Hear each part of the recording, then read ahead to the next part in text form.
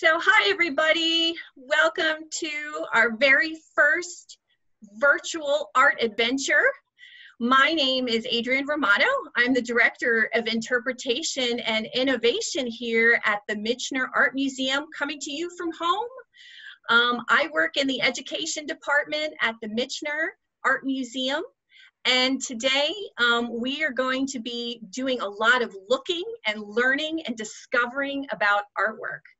And I am so excited to see all of you and such a great turnout.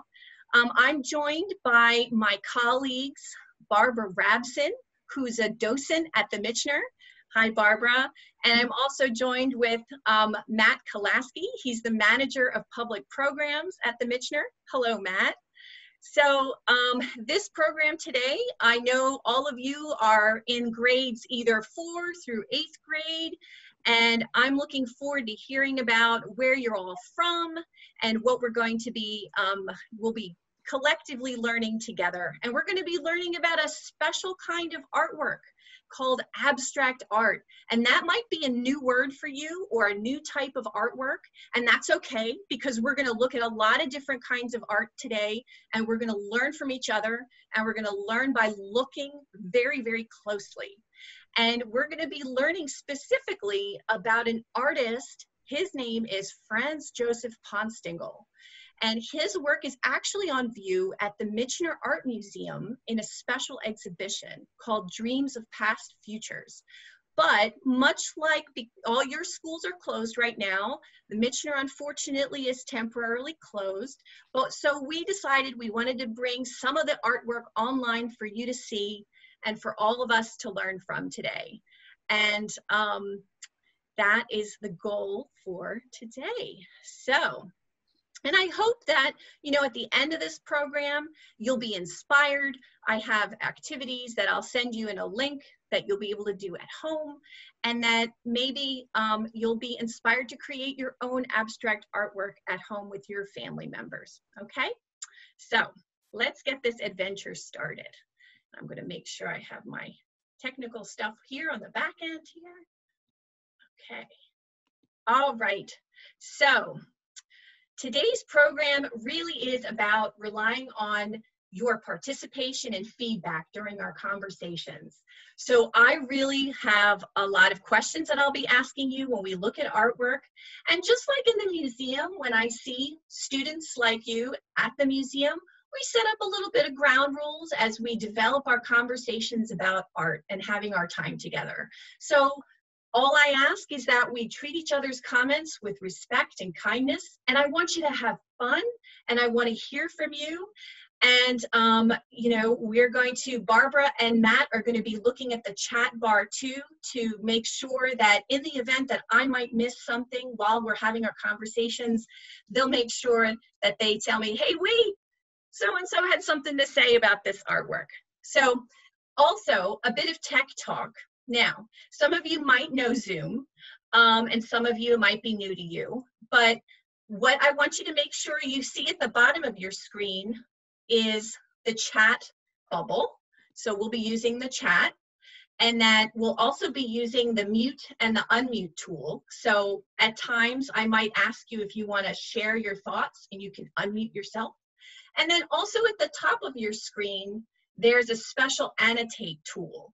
And that annotate tool will allow us some collaboration together and to actually draw on the screen and to actually write on the screen. And maybe you've used that in school. So, you know, that's great if you're already familiar with it. And if you haven't done so already, make sure that you rename yourself. So I see that by my list of names here that we've got first names, which is great, because if I'm going to call on you during our conversations, I at least know who I'm speaking to, okay? Awesome. So let's get started. All right. All right, we're going to get started with a warm-up. I'd like everyone in the chat bar, please, to write what school you're at. That would be really helpful for me. So if you could do that right now. Homeschool, all right. So, awesome. And then the next thing I want you to do is while you do that, What's your favorite color?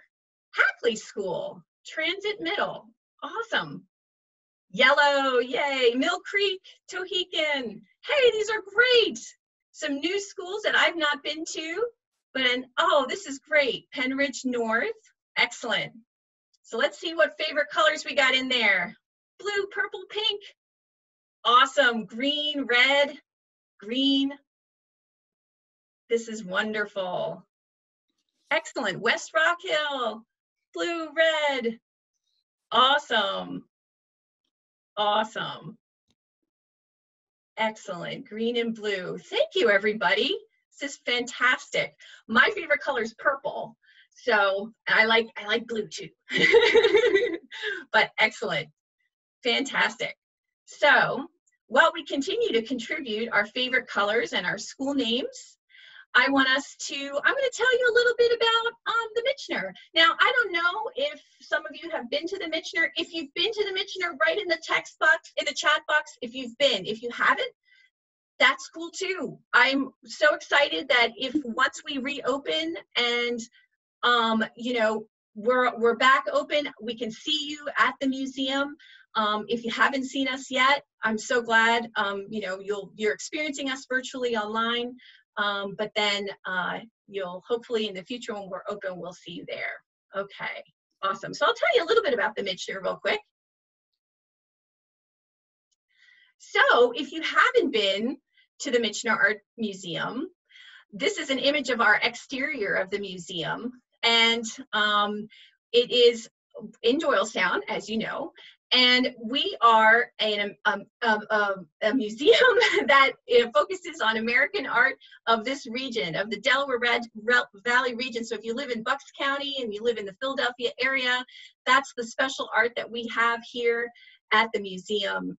And if you haven't been, there's a lot to see. And we're also, you might not know, but we're also named after the famous author James A. Michener. And he was a lover of the arts. He lived in Doylestown for most of his childhood. He was a collector of art. And he wrote over 40 books and traveled around the world when he did his work. And he wrote about fiction and nonfiction works during his lifetime. And if you visit the museum, if you haven't been, you can see that there is a permanent exhibit of the author on James Michener, where we have examples of some of his stuff from his previous Bucks County office. And I see someone is actually sharing a lot of colors on this fantastic image of the Michener. So I think, thank you for doing that. Yellow is a fantastic color and it certainly caught my eye. So, all right, moving on. So if you haven't been to the Michener, or let me ask you this. If you've been to the Michener, do you know what the former site used to be? I see someone, yes, a prison, exactly. We were the former Bucks County prison for about 100 years. Yeah, and I see someone circling the warden right here. That historical photograph is from around 1880. So long, long, long time ago. But do you notice something special between the photographs? Do you notice? Does someone want to say what similarities they might be seeing in the chat? Well, if you look, they are the same place, exactly. The arches, right, the doorway. So if you look closely, I'm going to get my laser pointer here. So if you look here, see this special archway right here? This is a picture of what the Michener looks like today. And here's that fantastic same arch here where the warden is from 1880. And I love somebody added 1880 for us. That's right. Thank you so much for adding 1880. So here we're looking at history. So if you come to the museum, you can visit and you can see that some of the original gallery spaces are still part of the prison. And you can see the wonderful wall of the prison when you're in our sculpture garden. So thank you for those contributions. All right. Do we still go in the same doorway? Anybody know? Yeah, does anybody know? Does someone want to share?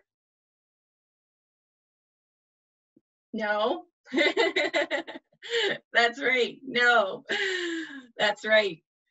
So this special doorway right here was, and this where the warden is standing, was the main control area of the prison. So the prisoners would be brought into here and be put in a holding cell, and they would wait to get their cell assignment until they were, you know, put in their permanent holding cell. But that's a really important, and this particular building is our buyer's gallery now. We have a lot of abstract and contemporary art on view in that buyer's gallery. All right, awesome. So here's just an image of the middle, and I see we still have some contributors here drawn on my screen, which is fun. But if you've been in the Michener, you probably recognize this image of the biggest painting in our collection, the Wooded Watershed. So when you do come to visit, we'll check it out. Now, all right, we're going to get into our program now. So we're going to talk about, in order for us to really dive deeper into abstract art, it's important to look at different types of artwork in order for us to get better informed about what is abstract art. And there's lots of different kinds of art out there, and probably in your school you've talked about different types of art with your teacher. And it's, you know, we're gonna look at a few works today, and we're gonna look at a variety, and we're gonna learn together. We're gonna be using our art vocabulary. So some of that art vocabulary might be, what do you think? Color, line, shape. So we've got a lot of art vocabulary that we're going to be using today while we talk about our work, okay? And hopefully you'll come away with more things to share with your family and friends after we're done. Okay, so any questions before we continue? All right, you still see some contributions on my screen. All right, let's look at our first work of art together. All right. So in order for us to look at abstract art, I'm going to ask for some of the screen, there we go. So why don't we take a look at this work together and tell me what you see. So when I'm usually in the museum with students, that's the first question I ask, what do you see? So if you want to unmute yourself, and if you want to say it out loud, go ahead and type yes in the chat and I will call on you. Or if you just want to write your answers in the chat, please do so. All right, so I see some answers coming through. It says 2 twins, 2 girls and a small elephant. Yes, very true. So we have 2 girls, small elephant.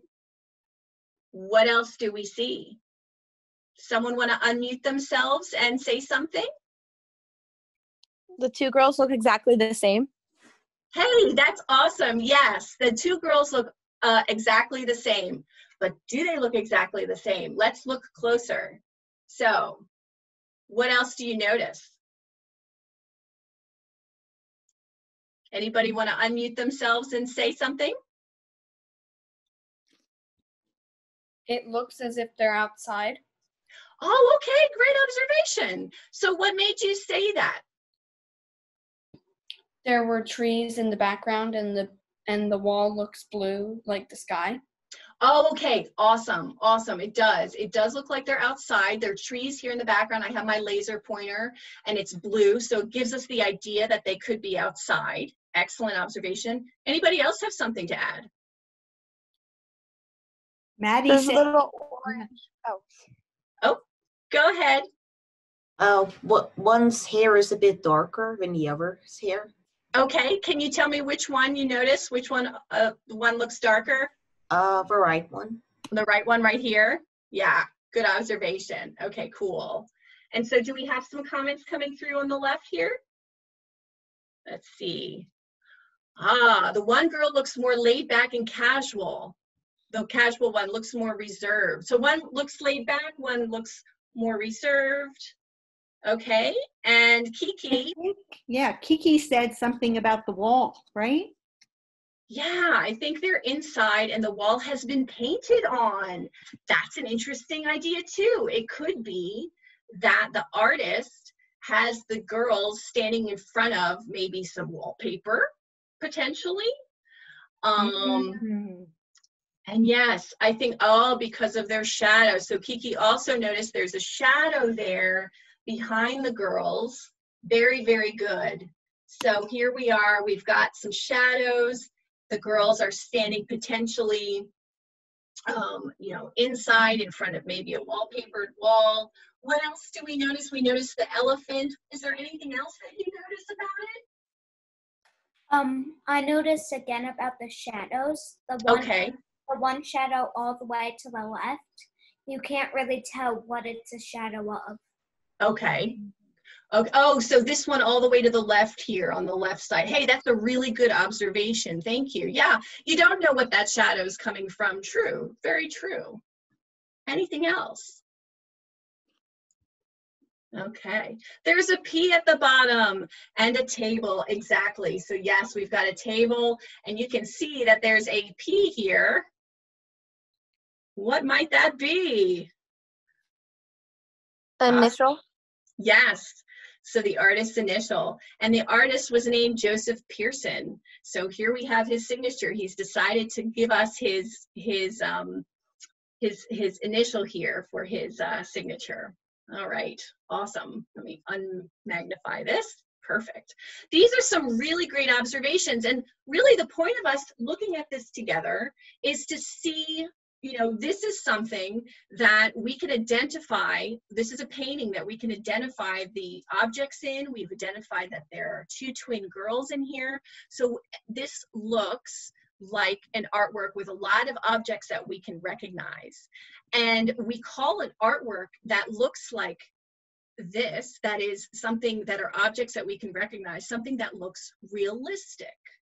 So exactly, Maddie just said it, bingo, very good. So it is realism. We've identified that, here, I'll take away my laser pointer here, okay, that it is a form of realistic art that we've already started to talk about. And I can see Kiki also said they look like dolls.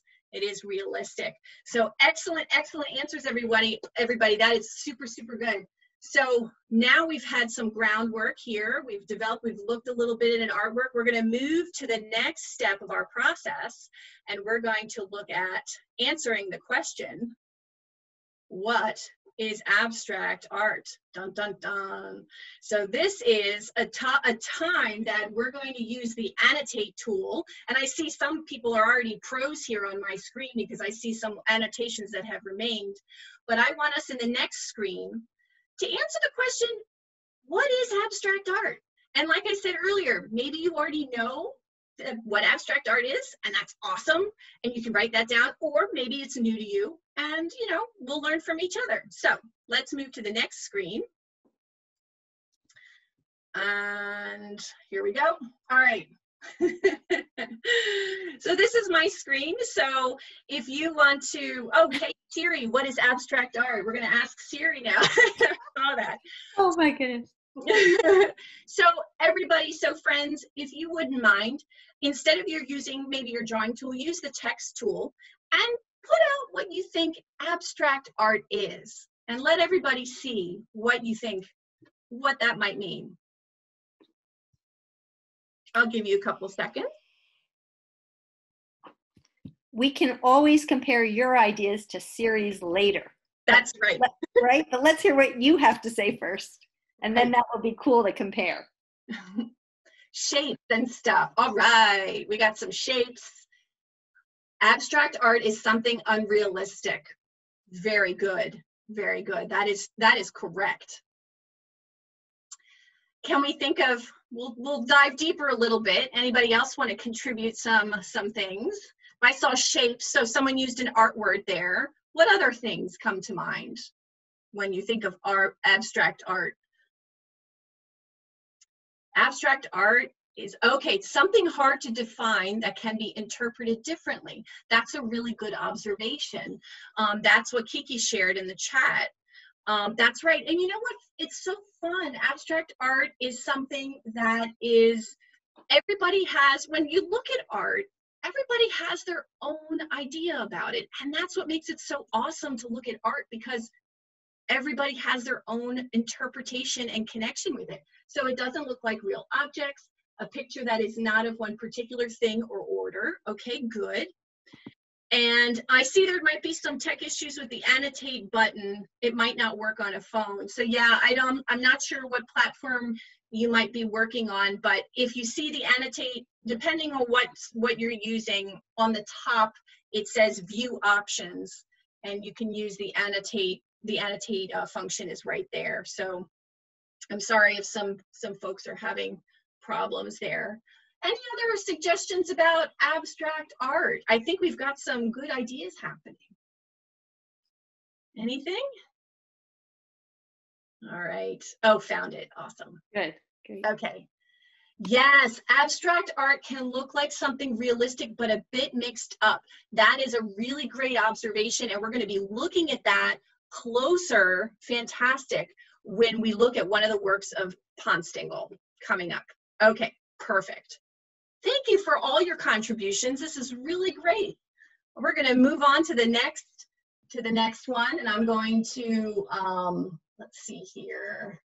I'm going to clear all the drawings right now, and then we will move on to the next one. All right.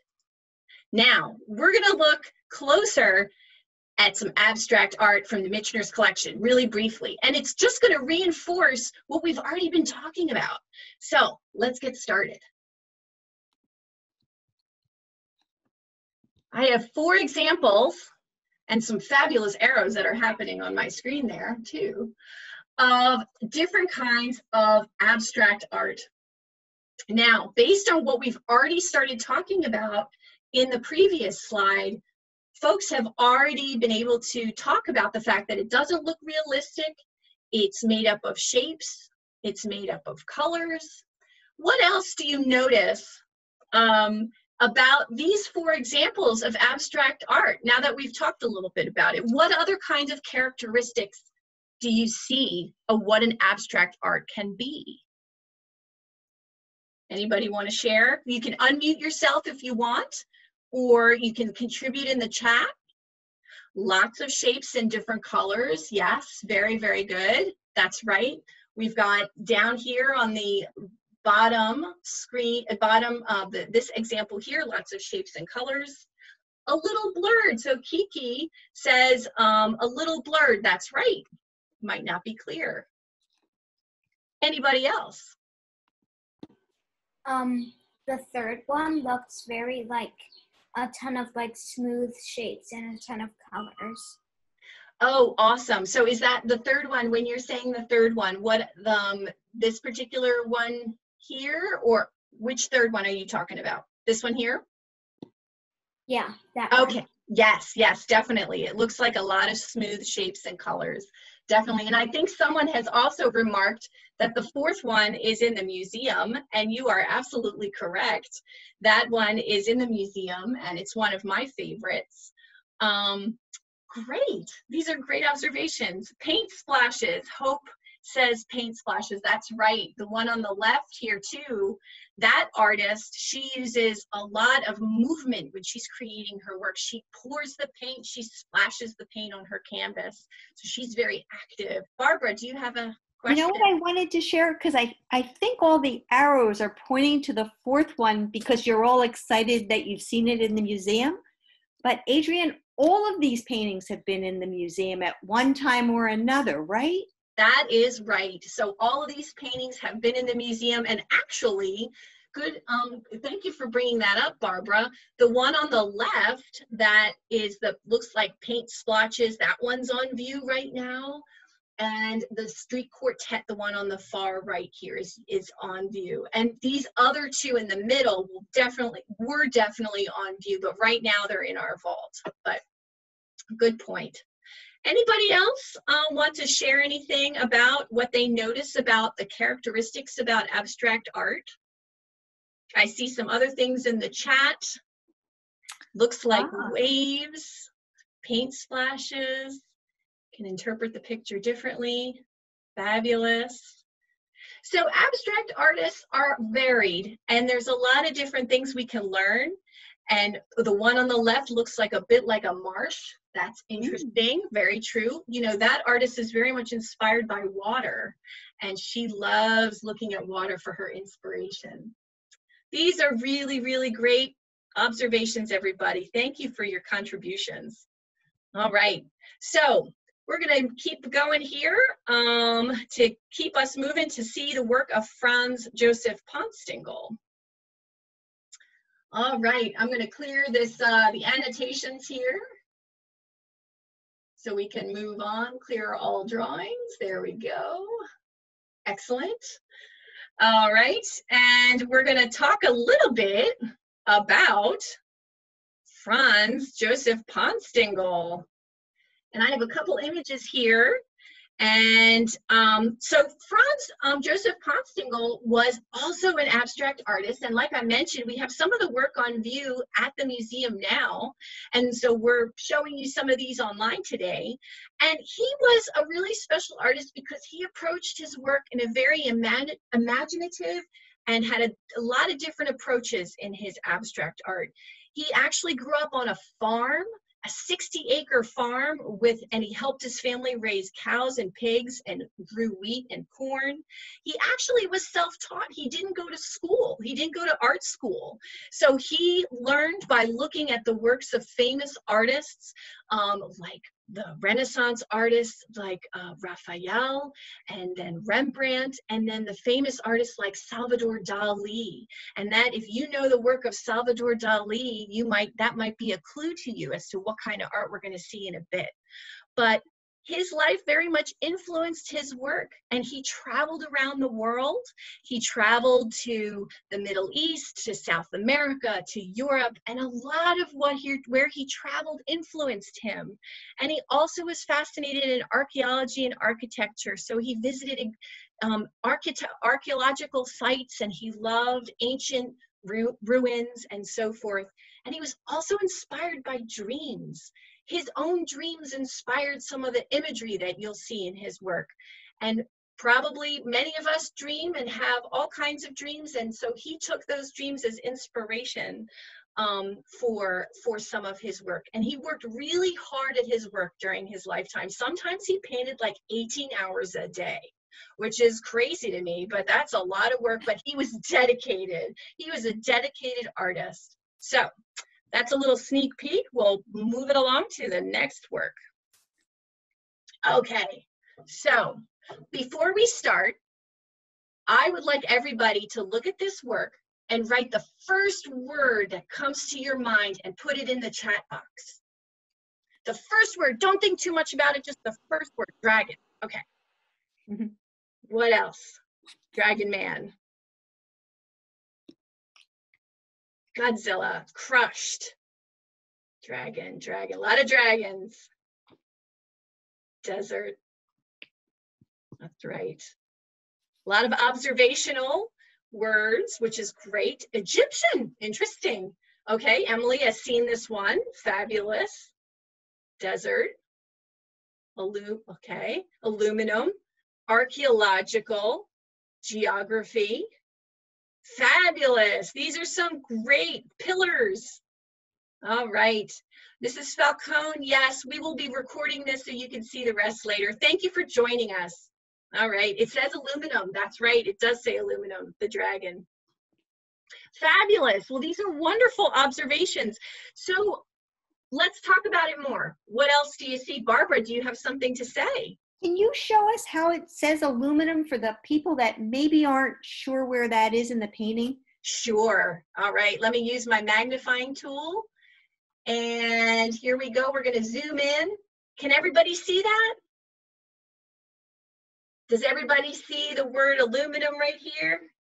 Awesome. Thank you. You're welcome.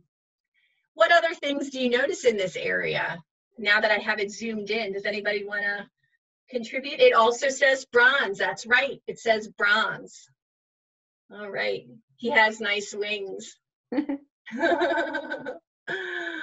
Awesome. Awesome. So let's see. What else do you see, everybody? Let me zoom out again. All right, what other details do we notice about this? The stomach is all scratched up. There's papers, spikes.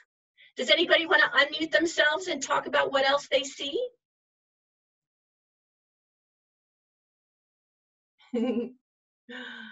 These are some great responses. On the cliff, I think I see a little pathway. A little pathway. Curvy pathway. Okay, good. Very good observation. Is this the area that you're talking about? And I have my mouse here. Is this what you're looking at? Awesome, awesome. Great observation. Yes, there's a little pathway here. And if all of you follow my mouse here, my mouse arrow, you can see that this pathway sort of follows all the way down into the foreground of the painting. And I'll use my laser pointer here, but you can see that this tiny little pathway is just following its way down there. So pretty unusual, huh? I also think that there's like trucks in there, so it's like a road. Yes, yes, that is a really good observation. There are trucks, and I'm zooming in so you can see right here, there's a small truck here, excellent, and then there's another one right here. So in the foreground, we've got little indications. Barbara, do you have something to say? Well, Maddie just said something really funny. Maddie, I think you were intending to be funny. I thought it was funny anyway. Can you share what you just wrote? Oh, I see it. Okay, in the chat. Maddie, do you want to say it, or shall we just read it out loud? Plot twist. My mic doesn't work. Okay, no problem. Plot twist, the newspaper is a gossip magazine. So this newspaper that the gentleman might be reading is a gossip magazine? Is that what you're saying, maybe? Yes, okay. Very good, I love that, I love that. All right, excellent, excellent. All right, so, you know, someone mentioned way back in our conversation that sometimes abstract art can be realistic objects set in unrealistic ways. So this could be we could consider that to be, you know, something that we're seeing here is that, would we see a large dragon on top of a huge cliff face like this necessarily in real life? Probably not, unless it's a movie. What else? The dragon doesn't look too fierce. That's good. Yeah, that's right. The dragon doesn't look too fierce. He kind of looks polite. Very good, very good. Any other observations that we notice about this piece of work by Franz Jozef Ponstingl? All right, he looks like he's looking at something in the distance. That's right. Yes. Barbara. So I was wondering if you had a question to ask about this painting, what would your question be that you'd ask, maybe just to yourself, a wonder question, or a question you might want to ask the artist if he was still alive? That's a great question. Maybe you could just in the chat put a question for the painting. Yeah, what would your question be? I wonder. Yeah, the dragon is melting away into sheets of something, paper, question. Why are the words on the dragon? That's a really good question. Why are they? Yeah. And what was the inspiration for this painting? That's right. And these are good questions. He needs a name. He's melting away into metals. Billy boy. All right, good, good. Are they building the dragon or taking it apart? These are some good questions. What are the trucks moving? All right, fabulous. Yeah, there's a lot of questions that, you know, when you look at this work, what it could be. And they could be moving parts of the dragon. That's right. So abstract art is really fun. We can really dive in and learn, you know, make our own interpretation. The trucks are stealing the dragon. How did you get the idea to paint this? That's a great question. And so, you know, Franz Ponstingl used his dreams as inspiration to some of his work. So you never know. He could have dreamt this.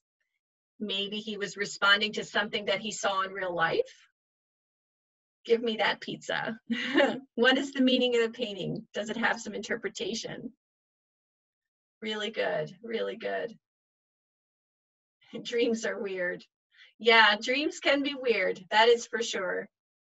These are great, everybody. Super, super responses.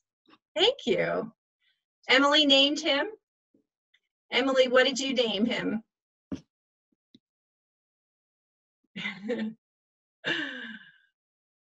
Billy Boy, that's right, Billy Boy. All right, excellent. So we could certainly go on and talk about this. There's a lot of stories that we might be able to conjure up when we look at this work. And that's what really, I love all of these questions and these comments about what you're seeing in this work of art. Wonderful. I want to be mindful of our time too. So we're going to move on to the next work of art. And thank you all for participating. And I love this. I think I want to have pizza for dinner tonight. All right, we're going to move into the next painting. So one vocabulary word before we go is surrealism, and that's one I didn't bring up, but now that we looked at a work of art that's set in this, you know, these abstract qualities, but set in kind of a realistic way, surrealism, or the movement of surrealism, is what we're looking at, a surrealistic work of art together. Okay, so let's go to the next one here. All right, I'm going to clear the screen. Thank you for the annotated beautiful artwork that's happening on my screen here. But I will clear those out, clear the drawings, so that we can take a look together this work of art. So how is this different than the work we just looked at? What do you see? It has kitchenware. Let's see. Yeah. I like how all the things that are in it, till the end of the page, it goes out in its shape, and it gets like smoother and smoother as it goes. Yes, good observations. Stretching. Yes, definitely. Yeah, it kind of stretched. So how is this dreamlike? You know, how does it have that dreamlike quality that we were looking at with the previous painting? I want the food. The ripples, yes, you know, Ponstingl has these ripples that he's drawn here around some of his objects. So, does it remind you of anything? If you could say what this reminds you of, what does it remind you of? Edgar Allan Poe story. Interesting. Okay. The ripples kind of like look like illusions. They do. They do. They kind of look like illusions. Interesting.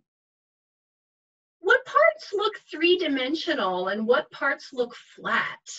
If you could say, oh, Alice in Wonderland, we've got, that's a great comparison. It does remind me of Alice in Wonderland. Are there any objects that look three-dimensional on here?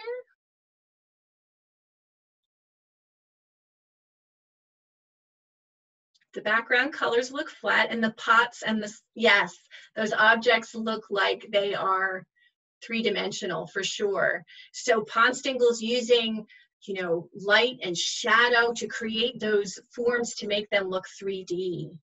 The apple, yes, the cups are 3D, very good. Yeah, very good. Awesome. So if you know about art, a still life, would you consider this a still life painting? Does anybody know the term still life in art? When we talk about a still life painting, that might be familiar to you. Does it look like a still life? Sunflower, yes, it's like a still life painting can be flowers in a pot. There are objects that aren't moving. Good, good comments, very good. All right. So, all right. We just did a still life. Excellent. Very good. So what did you draw? Leo and Remy, what kind of still life did you end up creating for art class? What was in your still life? So we just our mom set some things up on the counter and we had to draw them. This was mine. Oh, fabulous. Oh my gosh, that's wonderful. So I see a jar and then there's an animal there too. Oh, this is fantastic. Thank you for sharing. This is a perfect opportunity. Friends, I hope you see his work. That's a perfect opportunity to see the comparison of a still life with the work of Ponstingl. Thank you for sharing. That's wonderful. Thank you so much. Anybody else have anything to share with this work of art? If you could give it a title, what would you title it? Would you give it a fancy title?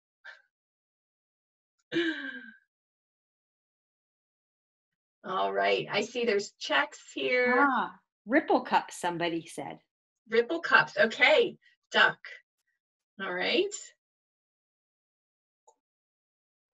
Army of ducks. Awesome. This is great, thank you everybody. Oh, to the kitchen. Floating kitchen. I love it. I love it. Wonderful. Thank you all. This is great. So what we're going to do, we're going to move to the next work real quick. Because I know we're kind of running out of time a little bit here. Your responses are so fantastic. So let's go to the next one here. Thank you all for your contributions. We're going to look at another work of art together. All right. So this was another artwork. We're going to clear out some of the annotations here so we can see it. Oh, there we go. They're all drawings. Okay. This is whoa, definitely different. It's missing something. Bob the Builder has a bad dream. Oh, I love that. That's great. That could be the title. That could be the title. Because it's an untitled painting, so you just gave it a title. It looks like it's traveling in time. There's a hurricane. It looks like a house being sped in time. Yeah, this time travel. This is really, really great, everybody. Floating house. So here Ponstingl is creating this imaginary scene. It was missing a dog. Okay. Can everybody see the dog? Let's see, using your stamp tool, can you point it out? Let's see if you, with the stamp tool, if someone can find that dog in there. Oh, there's the dog house, okay. Do you see the back of the dog? Wonderful, fantastic, you found it. Leo and Remy found the back of the dog, there it is, and it's being repeated. There you go. So Ponstingl is really making us look closely at this really interesting dreamlike or time travel-like painting. And the house is falling apart from a storm. We've got some really imaginative comments coming through here. Thank you, everybody. I remember seeing this one at the art museum.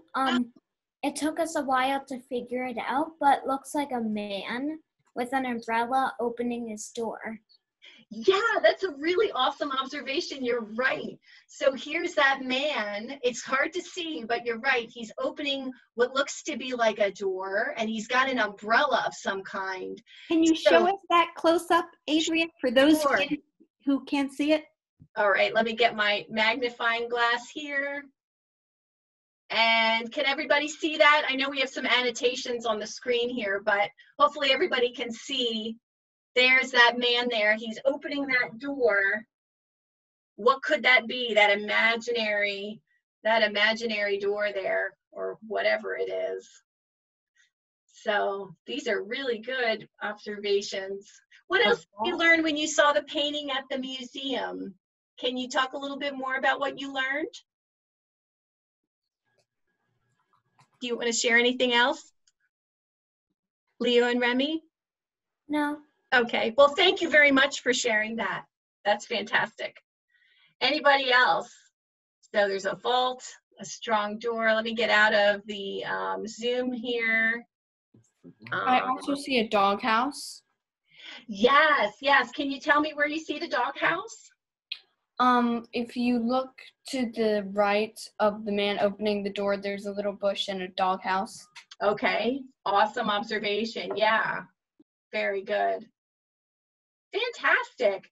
So, you know what, a quick fun fact about Ponstingl was that when he exhibited his work many decades ago, a reporter commented that his artwork looked like movies like Star Wars, and imagine it, you know, they reminded him of a movie set, and it reminded him of these space-like and experiences, and also like other planets, living on other planets. So art reporters would talk about his work as if they're from another dimension or another another planet. Anyway, so if you could you titled a lot. There were some great titles for the previous painting, but if you could think of a movie title for this, what kind of movie would it be for? I wonder. The Secret Bunker. Awesome. He's a spy. There's some really great answers here. The Man and the Dog. The knockoff of Back to the Future. The storm. The End of the world. Travel in time. He's accelerating very fast. Extended house through time. This is fantastic. Everything is warping. All right. Fantastic. Well, these are great, everybody. Thank you so much. So I know we're running a little over time. We're going to look at one more work of art really quickly, and then we're going to vote on our favorite work of art today. And then we'll wrap it up, and hopefully we can reconvene again for another art adventure. Virus Vapors. I love this, frozen in time. Fabulous. Thank you, everybody. All right.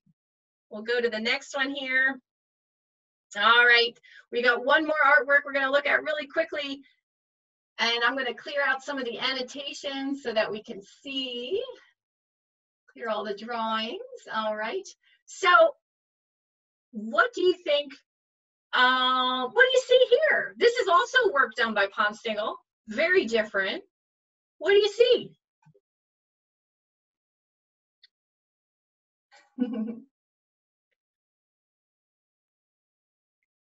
All right, anybody, any takers? First thing I saw was a chicken leg. Oh, that's fantastic. It looks like a close-up of someone's surface of their arm. A fox. I see a chicken on fire. Fox. Zebra in a multi-dimensional portal. Oh, wow, these are fun.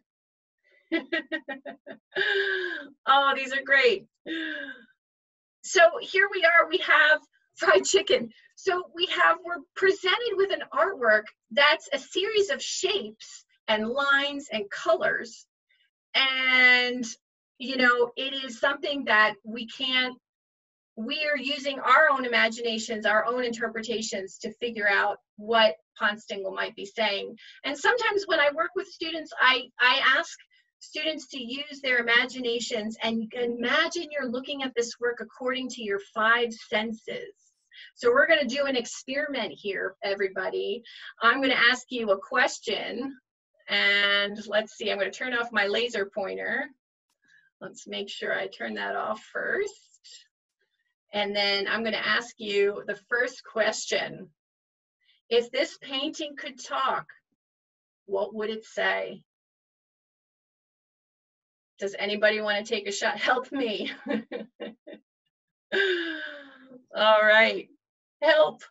We got a lot of help here. All right. Okay. Don't walk away from the hot water machine when it's still on. Stop, get some help. All right, awesome. I was put into a trap that broke the time-space continuum, so they put me into a painting. Stop, drop, and roll. I am hungry. I have a chicken body, a man's face, and a bad attitude. Oh, look at this. All right, so the next question is, if this painting could make a sound, what would it sound like? We've already said, you know, what it's saying. What would it sound, perhaps? Any imagine? Help! Yeah. All right. Awesome. Okay. Now let's see. If you could taste this painting, what would it taste like?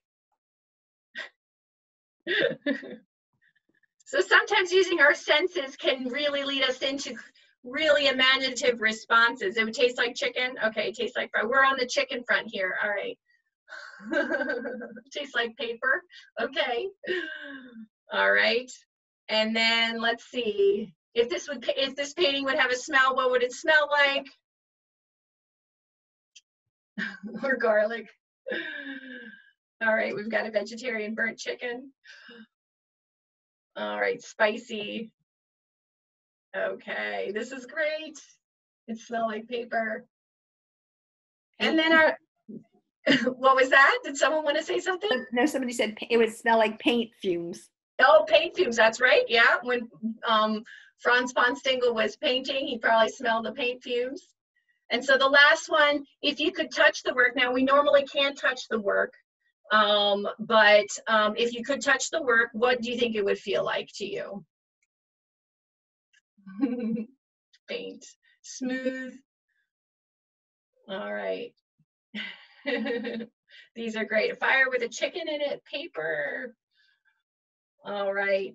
Well, thank you all for having some fun with this. And the alarms would ring. I love the annotations, everybody, of Vortex. Okay. Fantastic. Thank you all for your contributions. This was a lot of fun. Let's go to the final slide here. And based on the work that we looked at today, we're going to wrap it up. And I'm going to ask you to vote on your favorite work of art by using the stamp tool. Use the heart. If you want to put a heart next to the artwork that was your favorite, put it down on my screen. Oh, look at this. I see it. Oh, wow, that one is really popular. Emily really likes the one with the dragon. And okay, awesome. This is great. Any other votes? So it looks like the two others on the far right are just not getting any votes. And that's okay. Looks like the ones on the left, number 1 and number 3, got the most of the votes. That's fantastic, everybody. Well, thank you. Thank you so much. Awesome. All right, everybody. You know, I can't believe we actually went over time today. I want to be mindful of everybody's time. I apologize we went over, but it was such a wonderful experience today. You all had so much to share, and I really do hope I see you again when we do another virtual art adventure. And we will be exploring other topics for you all. Whoops, and we're going to clear out that. Clear all the drawings, all these fabulous votes. But I'll leave you with this. So if you want to do some more abstract art activities at home with your family, you can visit these 2 links, and you can visit Flipgrid, and you can also visit this site called Learn with the Michener, and you can be sure, and I can put that in the chat actually if you want. So that you can visit it after you're done with us today. Let me write that out. Actually, you know what? It might be just easier for me to click on the links and show you. So I'm going to click on Flipgrid right here, and I'm going to show you what it looks like. So there's, you can travel to Flipgrid, and you can respond to one of 7 different topics about abstract art, and one of my colleagues actually has a wonderful art activity you can do at home with mixed media and painting collage, and there's lots of different things that you can do. So you could do that, and you can also visit the Learn site where you can download the Ponstingl activity guide, where there is a post here called Dreaming of Abstract Art. So you can use this with your family and you can have fun and really start to do a deeper dive with the work of Franz Jozef Ponstingl. So, well, thank you all for your time. You guys were awesome. You saw so much stuff today in the art, and I hope to see you back again. It was really wonderful to see you. Thank you so much for being here. Send us any emails with questions. You're welcome. We hope to see you at the museum too. Bye. Bye, everybody. Bye. Bye. Thank you for being here. Thank you. You're welcome.